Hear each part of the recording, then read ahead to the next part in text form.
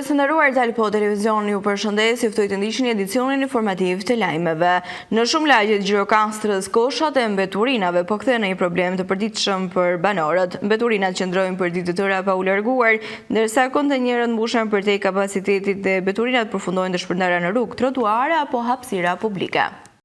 Koshat e mbeturinave mbeten të mbushur në Gjirokastër. Banorët krijon shqetësimin për mungesën e pastrimit në disa lagje të qytetit. Aty ku koshat e mbeturinave po kthehen në një problem të përditshëm për banorët, mbeturinat qëndrojnë për ditë të tëra pa u larguar, ndërsa kontenjerët mbushen përtej kapacitetit dhe mbeturinat përfundojnë të shpërndara në rrugë, trotuare apo hapësira publike. Përgjatë vëzhgimeve në zonat të ndryshme të qytetit vjetëror, situata është përkeqësuar, sidomos në ditët me temperatura të larta, ku era e rëndë dhe prania e insekteve krijojnë shqetësime për banorët e zonës dhe vizitorët. Ata thonë se pastrimi nuk kryhet me rregull dhe se shpesh kosha mbetet të mbushur për disa ditë radhazi. Problemi bëhet më i ndjeshëm për një qytet turistik si Gjirokastra, e cila pret mijëra vizitorë përgjatë sezonit veror. Pamjet e mbeturinave pranë rrugëve dhe lagjeve historike dëmtojnë imazhin e qytetit dhe ngren pikpyetje mbi menaxhimin e shërbimit të pastrimit urban, ndërsa banorët kërkojnë ndërhyrje të menjëhershme nga institucionet përgjegjëse, shtim të frekuencës së grumbullimit të mbetjeve dhe monitorim më të rreptë të kompanive që kryejnë këtë shërbim. Ndërkohë mbetet për të parë nëse autoritetet do fillojnë të marrin masa konkrete për të zgjidhur këtë problem disa vjeçar, që po shndrohet në një shqetësim serioz për shëndetin publik dhe cilësinë e jetesës në qytet. Jemi në këtë moment me zhvillimet kryesore nga vendi.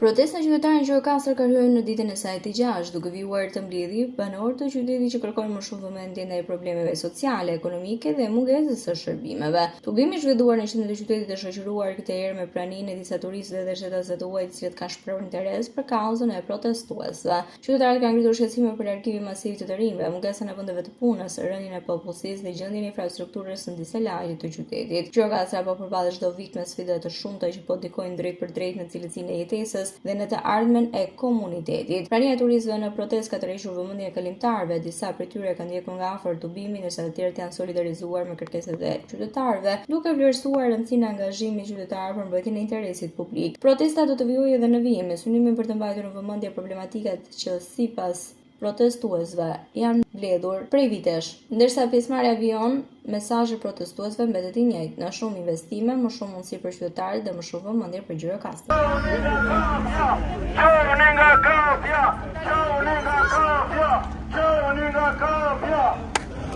No more Zionists coming to buy anything in Albania. Woo!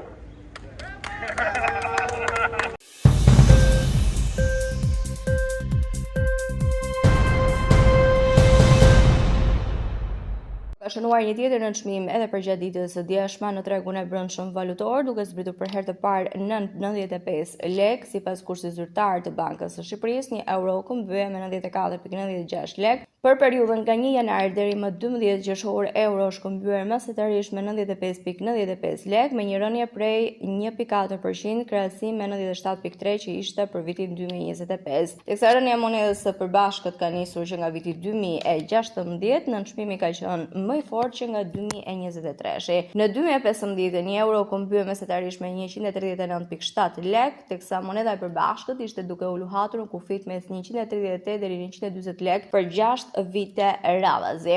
Euro nisi të zbriste gradualisht për të arritur në gati 119 lek në vitin 2022. Nga viti 2023 rënja ishte akoma më e thellë në monedhën e përbashkët, që u nënçmua me 10 lek brenda vitit. Në krahasim me vitin 2015, përpara se të niste dhe rënja e fortë, monedha e përbashkët ishte zhvlerësuar me gati 44 lek, apo thënë ndryshe 31%. Së pari, ndërtimi mori për masa më të mëdha përgjatë viteve të fundit, e konstatuar kjo nga niveli i lartë i sipërfaqes së lejeve të dhëna, duke rezultuar si një përdorim i një mjeti për pastrimin e parave, nisur nga fakti që pas vitit 2016 në treg u futën shumë kompani ndërtimi që nuk justifikonin burimet e të ardhurave, dhe kjo po vërtetohet zyrtarisht edhe sot nëpërmjet goditjeve që po bën SPAK. Edhe Agjencia e Inteligjencës Financiare ka cituar shpesh në raportet e saj për ndërtimin si sektor me risk të lartë ku mund të pastrohen parat. Donse Instat nuk e raporton më të plotë sipërfaqen leje të ndërtimit, pasi për ndërtesa mbi 7 kate lejet jepen nga Këshilli Kombëtar i Territorit, që nuk jep informacion për sipërfaqet. Aktorët e tregut pohojnë se pikërisht kombinimi i këtyre dy faktorëve vitet e fundit ka ndikuar në rënien e euros në nivelin më të ulët historik.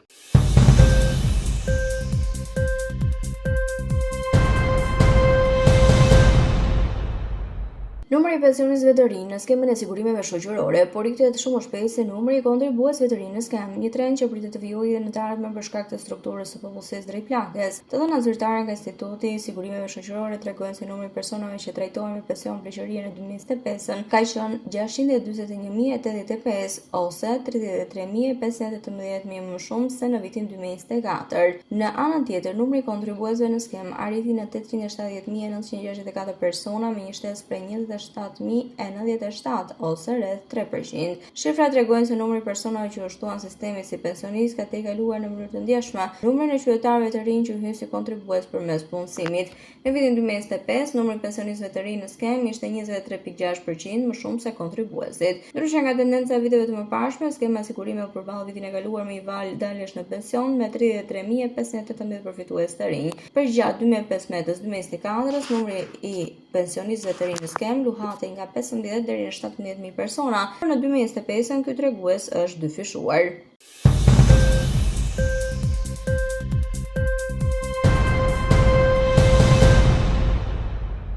Ishte gjithçka e përgatitur për këtë edicion informativ lajmësh. Unë ju falenderoj për vëmendjen tuaj. Bashkë përshëndetemi këtu.